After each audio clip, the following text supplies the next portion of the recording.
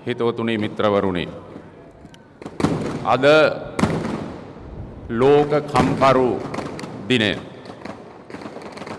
අපේ රටේ පමණක් නොවේයි මුළු මහත් ලෝකවාසී වැඩ කරන ජනතාව වැඩ කරන පන්තියේ ජනතාවගේ දින විදිහට අද දවස සමරමින් සිය අයිතිවාසිකම් වරප්‍රසාද වෙනුවෙන් සටන් ඉතිහාසයේ සටන් මග සිහිපත් කරමින් තමන්ගේ ඉදිරි ගමන් මග වැඩ කරන ජනතාව විදිහට අභිමානවත් ලෙස සලකන දවසක් තමයි අද දවස ලෝක කම්කරු දිනයමයි පළවෙනිදා.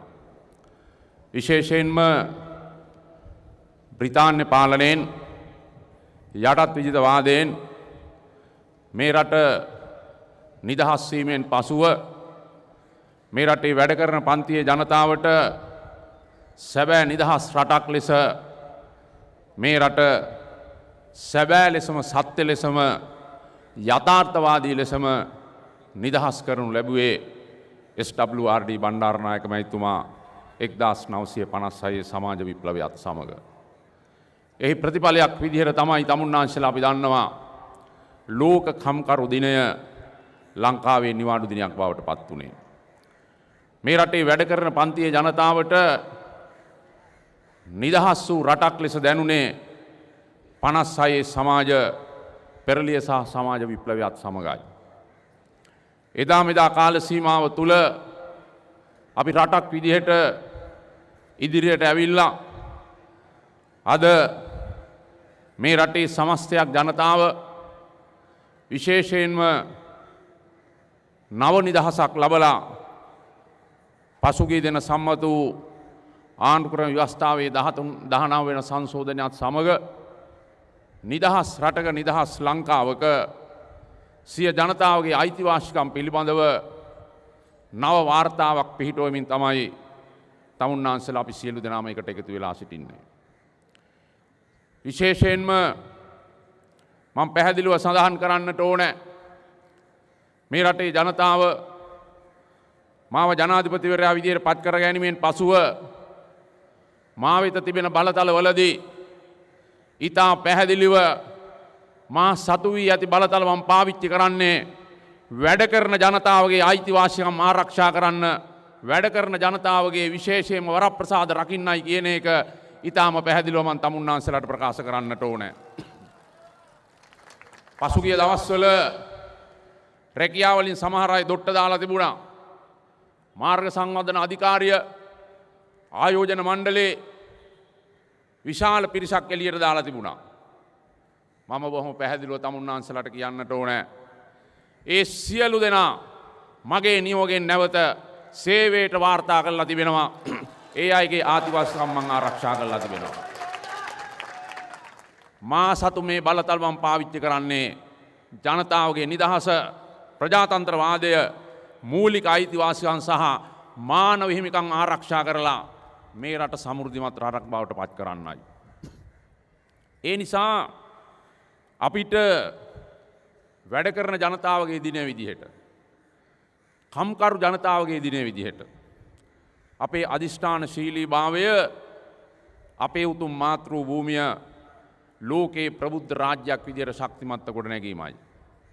ඒ සඳහා රාජ්‍යංශයේද පෞද්ගලික අංශයේද ශ්‍රමය ජාතිය වෙනුවෙන් වැය කරන ශ්‍රමය බුද්ධිය සිය අත්දැකීම් දැනුම මුළු මහත් ජාතියේ යහපත සඳහා මානව වර්ගයාගේ යහපත සඳහා පුළුල් ලෙස පරිත්‍යාග කරන මගේ ආදරණීය ජනතාවගේ ඉදිරි ගමන් මඟ සඳහා මා විසින් ගත හැකි සෑම පියවරක්ම නොබියව ගන්නා බව විශේෂයෙන්ම සඳහන් කරන්නට ඕනේ.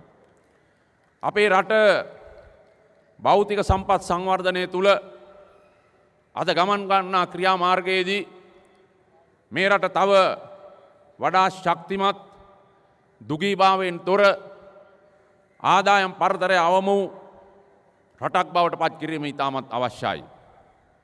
රාජ්‍යංශයේ වගේම පෞද්ගලික අංශයේ කාර්යක්ෂමතාවය කැපවීම නිෂ්පාදන ක්‍රියාවලිය ශක්තිමත් වීම, ඵලදායිතා වර්ධනය මේ කියන කරුණු මුල් කරගෙන තමුන්නාන්සලා අපි සියලු දෙනාම කටයුතු කළ යුතු වෙනවා. එහිදී වැඩ කරන පන්තියේ ජනතාවගේ සිත්වල සතුටක් ඇති කරන්නේ කෙසේද? තෘප්තිමත් භාවයක් ඇති කරන්නේ කෙසේද? වැඩ කරන පන්තියේ ජනතාවගේ අයිතිවාසිකම් ලබා දෙන්නේ කෙසේද? ඒ සියලු කටයුතු සඳහා ඉතා පැහැදිලි ලෙසම ඔවුන්ට තෘප්තිමත් මනසකින් යහපත් පරිසරයකින් වඩාත් සමෘද්ධිමත් රටක් ගොඩනගන්නට පැහැදිලි වැඩපිළිවෙලක් අරමුණක් සහිතව ඔවුන්ගේ අනාගතය වෙනුවෙන් ගත හැකි සෑම පියවරක්ම ගන්නා බව තමුන්නාන්සලාට ප්‍රකාශ කරන්නට ඕනේ. ශ්‍රී ලංකා නිදහස් පක්ෂයත් වෘත්තීය සමිති ව්‍යාපාරයත් අපේ වාම ප්‍රගතිශීලී දේශපාලන පක්ෂත් මේ සියල්ලා ගමන් මගෙහි ප්‍රතිඵල පසුගිය දශක කීපය තුළ මේ රටේ ජනතාව නෙලාගෙන තිබෙනවා. ඒ නිසා සෑම විටම මම අගය කරන්නේ ශ්‍රී ලංකා නිදහස් පක්ෂයේ සැබෑ ලෙසම ශක්තිමත් විය යුතුයි, අධිෂ්ඨාන විය යුතුයි, ජයග්‍රහණය කරා පා නැගිය යුතුයි කියන එක ඉතා පැහැදිලිව තමුන්නාන්සලාට කියන්නට ඕනේ. මේ සඳහා වාම ප්‍රගතිශීලී බලවේග තමුන්නාන්සලා දන්නවා 1956 සිට මේ රටේ ආණ්ඩු හදන්න, ආණ්ඩු ගෙනියන්න, රට ඉදිරියට ගෙනියන්න කටයුතු කළා. ඒ අත්දැකීම් සමග, ඒ අවබෝධය සමග අපි අපේ ඉදිරි ගමන් මග සකසා ගැනීම ඉතාමත්ම අත්‍යවශ්‍ය වූ කාරණයක්. මේ රටේ ප්‍රධාන වශයෙන්ම අභ්‍යන්තර කටයුතු වලදී ලෝකේ තවත් කිසියම් රාජ්‍යයකට, කිසියම් ආයතනයකට අපිට ඇඟිල්ල දික් කරන්නට ඉඩ නොතබා පැහැදිලි ලෙසම අනාගතය වෙනුවෙන් තමුන්නාන්සලා අපි සියලු දෙනාම එකට එකතු වෙලා ජාතිය ඉදිරි ගමන වෙනුවෙන් අවශ්‍ය වැඩපිළිවෙල ශක්තිමත් කිරීම ඉතාමත්ම අවශ්‍යයි. මම ඉතාම පැහැදිලිව කියනවා ලෝක කම්කරු දිනේදී, වැඩ කරන පන්තියේ ජනතාවගේ දිනේදී, මේ රටේ පොදු මහ ජනතාවගේ දිනේදී මේ රටේ මානව හිමිකම්, මේ රටේ මූලික අයිතිවාසිකම්, මේ රටේ නිදහස, මේ රටේ ප්‍රජාතන්ත්‍රවාදය සඳහා මේ වසරෙන් පසු ලෝකේ තවත් තැනක කතා කරන්නට මම කිසිසේත්ම ඉඩ තියන්නේ නැහැ. ඒවා අංග සම්පූර්ණ කරමින් ජාත්‍යන්තරයට හෝ වෙනත් රාජ්‍යයකට ඒ පිළිබඳව ඇඟිලි ගසන්නට ඉඩ නොදී පැහැදිලිවම ඒකීය රටක් විදියට ශක්තිමත් ලෙස ඔබේ අපේ මාතෘ භූමිය ඉදිරියට ගෙන යාමට කටයුතු කරන බව. වසර 30කට ආසන්න යුද්ධය අවසන් කරලා ඒ ලැබූ යුද්ධ ජයග්‍රහණය සමග මේ රට ඉදිරියට ගෙන යාමේ තමුන්නාන්සලා අපි සෑම කෙනෙකුටම විශාල වගකීමක් තිබෙනවා. මේ රටේ සියලු දේශපාලන පක්ෂවලට ඒ වගකීම තිබෙනවා. රටේ ස්වාධීනත්වය, රටේ නිදහස, භෞමික අඛණ්ඩතාවය, ඒකීයභාවය, සාමය, ජනතාවගේ සුරක්ෂිතභාවය මේවා සියල්ල ශක්තිමත් කරමින් අපි අනාගතයේ ගොඩනැගීම ඉතාමත්ම අත්‍යවශ්‍ය වෙනවා. ඒ නිසා අද දවස තමුන්නාන්සලා අපි ඉතාමත්ම ඓතිහාසික වැදගත් දවසක් විදියටයි මා සලකන්නේ. ශ්‍රී ලංකා නිදහස් පක්ෂයේ සභාපතිවරයා විදිහට තමුන්නාන්සලා මා කෙරේ විශ්වාසය තබලා මාව පත් කරගත්තා. මේ රටේ ජනතාව ජනාධිපතිවරයා විදිහට මා කෙරේ විශ්වාසය තබලා මාව පත් කරගත්තා. දැන් තමුන්නාන්සලා අපි සියලු දෙනාම එකට එකතු වෙලා සහෝදරත්වයෙන් වැඩ කිරීම ඉතාමත්ම අත්‍යවශ්‍යයි. මට කිසිදු ભેදයක් නැහැ. මට කිසිදු වර්ගවාදයක් නැහැ. සියලු දෙනාම එකට එකතු වෙලා සහෝදරත්වයෙන් කිසිම ආකාරයක බෙදීමක්, වෙන්කිරීමක් නැතුව ඒ සියලු දෙනාට එක්සත්ව සමගියෙන් සහෝදරත්වයෙන් මේ රට ගොඩනගන්න සියලු දෙනාම එකතු වෙන්නයි කියලා මම මේ සෑම කෙනෙකුටම මම සහෝදරත්වයේ දෑද්දිගු කරනවායි කියන එක තමුන්නාන්සලාට ඉතාම පැහැදිලිව සඳහන් කරන්නට ඕනේ. අපි රටක් විදියට ඉස්සරහට යන්නට අපට තිබෙන අභියෝග අප විසින් තේරුම් ගත යුතු වෙනවා. ඒ අභියෝග ජයග්‍රහණය කළ හැක්කේ සෑම කෙනෙකුගේම සමගිය, සහෝදරත්වය, මිත්‍රශීලීභාවය, අධිෂ්ඨානය තුලයි කියන එක තමුන්නාන්සලා අපි සෑම කෙනෙක්ම අත්දැකීමෙන් දන්නා වූ කාරණයක්. ඒ නිසා වැඩපලේ කම්කරුවාද, කාර්යාලයේ සේවකයාද, ගොවිබිමේ ගොවියාද ඒ සෑම කෙනෙක්ම සමග මේ රටේ උගත් බුද්ධිමත් ඉහළ ඒ සියලු ස්තරවල සිටින්නා වූ පොදු මහ ජනතාවත් තුළ තිබෙන්නා වූ සමගිය සහෝදරත්වය ශක්තිය තුළ තමයි අපිට සියලු කාර්යයන් ඉටු කිරීමට පුළුවන්කම තිබෙන්නේ. ඒ නිසා විශේෂයෙන්ම තමුන්නාන්සලාම මතක් කරන්නට ඕනේ.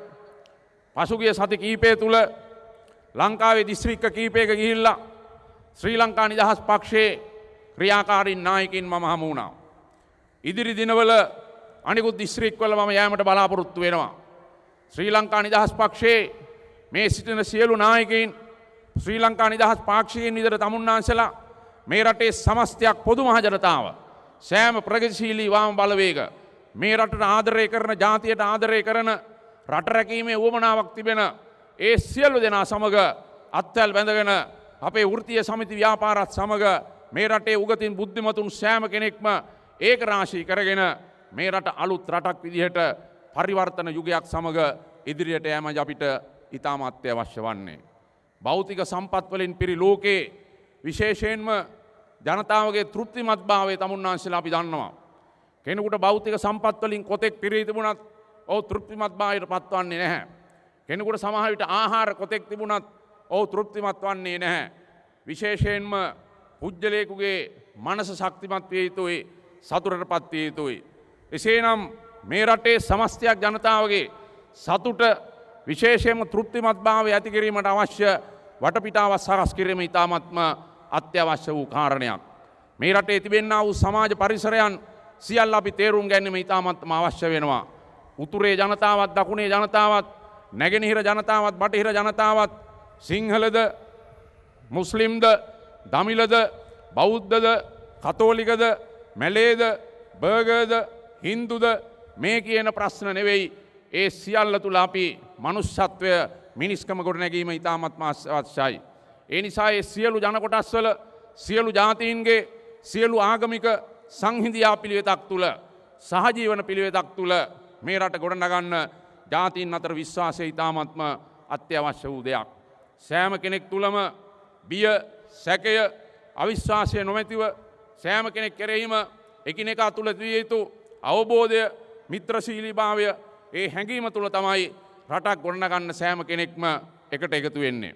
ඒ නිසා අපිට මැයි දිනේ ලෝක කම්කරු දිනේ අපේ අධිෂ්ඨානය වෙන්නට ඕන වැඩ කරන පන්තියේ ජනතාවගේ අයිතිවාසිකම් දිනා ගැනීමට රජයක් විදියට ඒ සඳහා සියලු ආකාරයෙන් කටයුතු කිරීමත්, රට ගොඩනැගීම සඳහා රටේ සෑම කෙනෙක්ම එක්සත්භාවයෙන්, මිත්‍රශීලීත්වයෙන්, සහෝදරත්වයෙන් එකට යන ගමනක අවශ්‍යතාවය තමුන්නාන්සලා අපි සෑම කෙනෙක්ම පිළිගන්නවා. ඒ නිසා අපිට බොහෝ දුර යා යුතු වෙනවා. අද අපි මධ්‍යම පන්තික ආදායම් ලබන රටක් විදිහට ලෝකේ ඉහළ මට්ටමේ ආදායම් ලබන රටක් බවට ඔබේ අපේ මාතෘ භූමිය පත් කිරීම ඉතාමත්ම අත්‍යවශ්‍යයි. ඒ සඳහා අපි සෑම කෙනෙක්ම කැපකිරීම අවශ්‍යයි. ජනතාවගේ අයිතිවාසිකම් ලබා දෙමින්, වරප්‍රසාද ලබා දෙමින්, නිදහස හා ප්‍රජාතන්ත්‍රවාදයේ ශක්තිමත් කරමින් සෑම විටම තමුන්නාන්සලාගේ අපේ ඒ අධිෂ්ඨානශීලීභාවයත් සමග අපේ ඉදිරි ගමන් මග සකස් වීම ඉතාමත් අත්‍යවශ්‍යයි කියන එක තමුන්නාන්සලා දන්නවා. ඊටාම පැහැදිලිව මම තමුන්නාන්සලාට කියන්නට ඕන. සමහර වෙලාවට ඇතැම් මාධ්‍ය තුල, ඇතැම් ප්‍රතිවාදී දේශපාලන අංශ තුල නොයෙකුත් අංශේ වැරදි ප්‍රචාරයන් යනවා. මම බොහොම පැහැදිලිව කියන්නට ඕන. මාව හසුරවන්න කිසිම පුජ්‍යලයකට පුළුවන් කමක් නැහැ. මාව හසුරවන්න පුළුවන් ජනතාවට පමණයි. මාව හසුරවන්න පුළුවන් ජනතාවට පමණයි කියන එක බොහොම පැහැදිලිව මම ඉතාමත්ම සතුටින් ප්‍රකාශ කරනවා.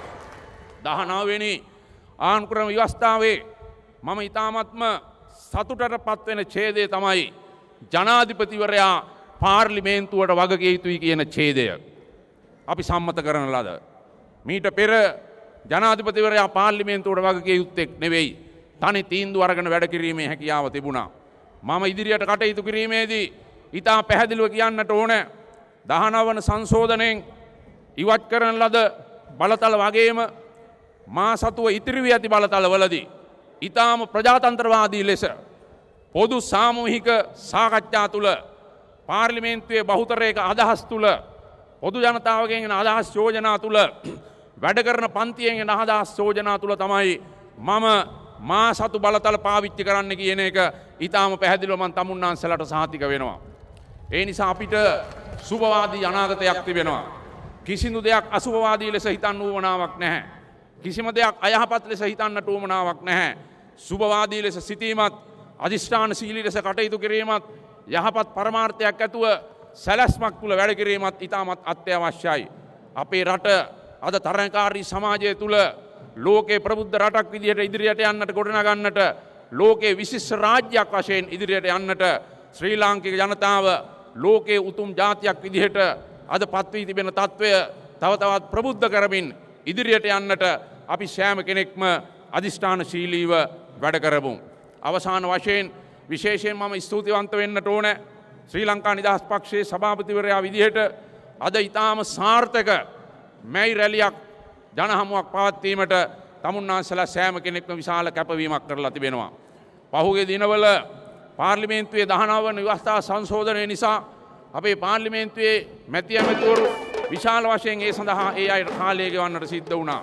එහෙත් ඒ අතරවාරේ ඒ අවිවේකයේ තුල මේ කටයුතු වලට ප්‍රමුඛත්වයක් දීලා ශ්‍රී ලංකා නිදහස් පක්ෂයේ පාර්ලිමේන්තු මන්ත්‍රීවරු, ආසන සංවිධායකවරු, පළාත් සභා මැති ඇමතිවරු, ප්‍රාදේශ සභා සභාපතිවරු ඇතුළු මන්ත්‍රීවරු, ශ්‍රී ලංකා නිදහස් පක්ෂයේ ක්‍රියාකාරීන්, විශේෂයෙන්ම අපේ වෘත්තීය සමිති ව්‍යාපාරය වෘත්තීය සමිති වල අපේ ලෙස්ලි දේවේන්ද්‍ර සහෝදරයා ඇතුළු නායකයින්, ඒ වගේම අපිත් එක්ක සිටින අනික් සහෝදර පක්ෂවල නායකයින්, පැමිණි පොදු මහ ජනතාව තමුන්නාන්සලා සෑම කෙනෙකුටම මගේ ගෞරවනීය ස්තුතිය පුද කරමින් අධිෂ්ඨානශීලී ලෙස, ශක්තිමත් ලෙස, මිත්‍රශීලී භාවයෙන් මේ රට ගොඩනගන්න සහෝදරත්වයෙන් සෑම කෙනෙක්ම එකම පවුලක් විදිහට ඉදිරියට යමු කියන ගෞරවනීය ආයාචනය කරමින් මේ රටේ සිංහල, දමිළ, මුස්ලිම් සියලු ජන කොටස්, බෞද්ධ, කතෝලික, හින්දු සියලු ජන කොටස්, මැලේ, බර්ගර් සියලු ජන කොටස් වල සමගිය, ශක්තිය, සහෝදරත්වයේ තුල ලෝකේ ප්‍රබුද්ධ රටක් විදිහට මේ රට ගොඩනගන්න, එක්සත් වන්න, එකතු වෙන්න, සමගි වන්නයි කියන ගෞරවනීය ආයාචනය කරමින් තමුන්නාන්සලා සියලු දෙනාටම ජය වේවා, ජය වේවා, ජය වේවා කියලා මගේ වචන සල්පය අවසන් කරනවා. ස්තුතියි. ත්වන් සරණයි.